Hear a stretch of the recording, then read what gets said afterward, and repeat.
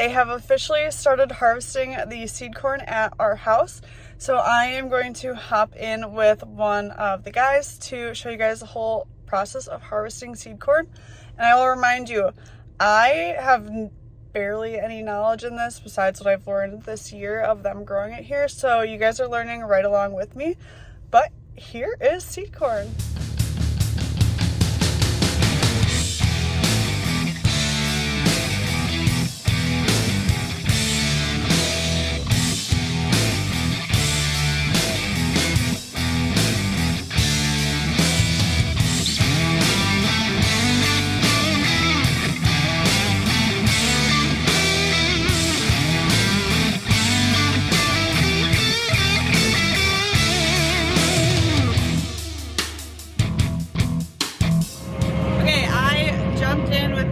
Here, he is running the harvester. What can you tell us about all of this seed corn? What do we got going on here? So right now we're at the end of the year and we're harvesting the seed corn.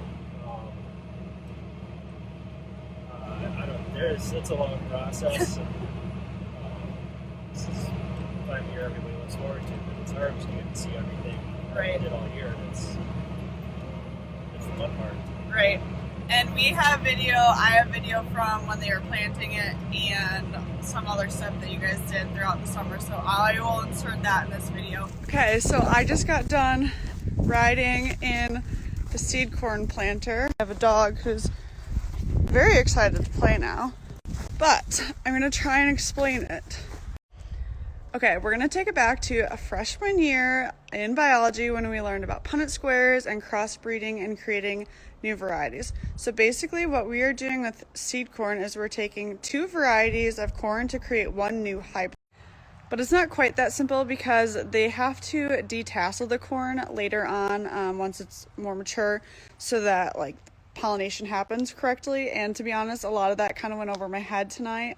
So I'll explain that when it happens. And so the male plants pollinate the female plants, and that's what makes it so that we have the traits from both plants to create that new hybrid that we're looking for. So tonight they are planting all of the female plants and then part of the male plants, and then in about 5 days they'll plant the rest of the male seeds, and that's because they want a good pollination. But can you tell us, like, obviously you're not shelling it, like you're not getting the seed off the corn like immediately, you're getting the whole ear. So can you tell us like about that process? So with seed corn, you want to leave it on the ear intact.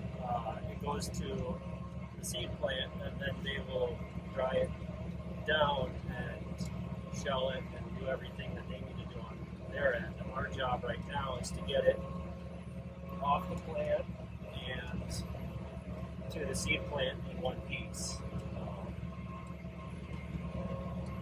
I see we have some rows that fell over here.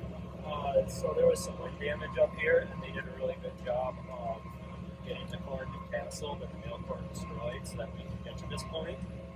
But it is leaned over, so in some spots I have to slow down, I have to lower the head, and just make sure I'm getting everything. Yep.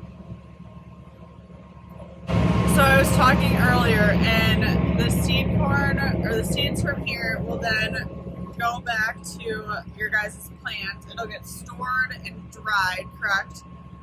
And then treated? Yes, it all depends on what the customer wants. Load it in a truck and trailer and take it to the seed plant, and then they'll go through the whole process of running it through the husking bed, getting all the husks off, and then do a dryer and then a sheller, and then from there it's usually dependent on what the buyer wants. If they want like a treated, or if it goes someplace else. I don't know. After it leaves the field, I just know it goes to the plants. You're like, just let me do my job and get it off. I mean, I do a bunch of different stuff, yeah. So I end up at the plant and I get to see some of that, but I don't spend a lot of time. Yeah. And do you know like who all the buy? Like, do we know the buyer for this field, or do you not know that yet? So we know who the buyers are. I don't know off the top of my head.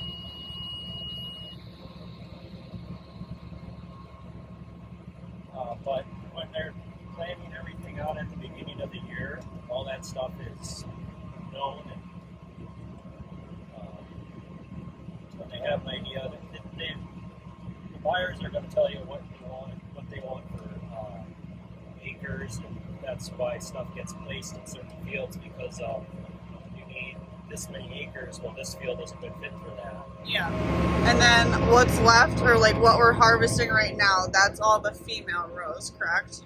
Yes. In this field, it's what's called a 4-1 planting. So there's 4 rows of female and a row of male, and the male's been knocked down and destroyed, so we're not harvesting it. Yep. And yeah, this is the end result for this field. It's trying to get the female off, and you can see it's lean. Great. This is a question that I've had people ask me, and I don't know the answer to it. But how can you tell the difference between a male and a female row? Or like, what is the difference? So we know how we planted it. Like I said, it's a 4-1 planting, and we know that that's what it is. When you put the seed in the ground, it's in a certain row on a planter, and the seed bags are marked, everything's documented. We're very careful about that. But if you're just going by a seed corn field, usually you can see a difference between the male and the female plant. Yeah, I noticed like a difference in the height. The height, but everything's about documentation. You have to be meticulous about it so that you know what you put into the field and what type of planting it is, all that stuff. That's how we know what stuff is. That's how this stuff is certified. Yeah.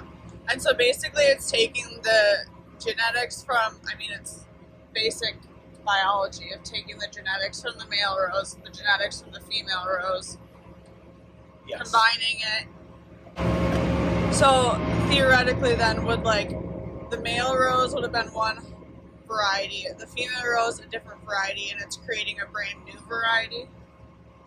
Yeah. Or is it? So the way it's been explained to me is that you've got your inbreds, which are your male and your female, and you're creating a hybrid with the 2 of them. Okay. That's what we're harvesting right now, is the hybrid.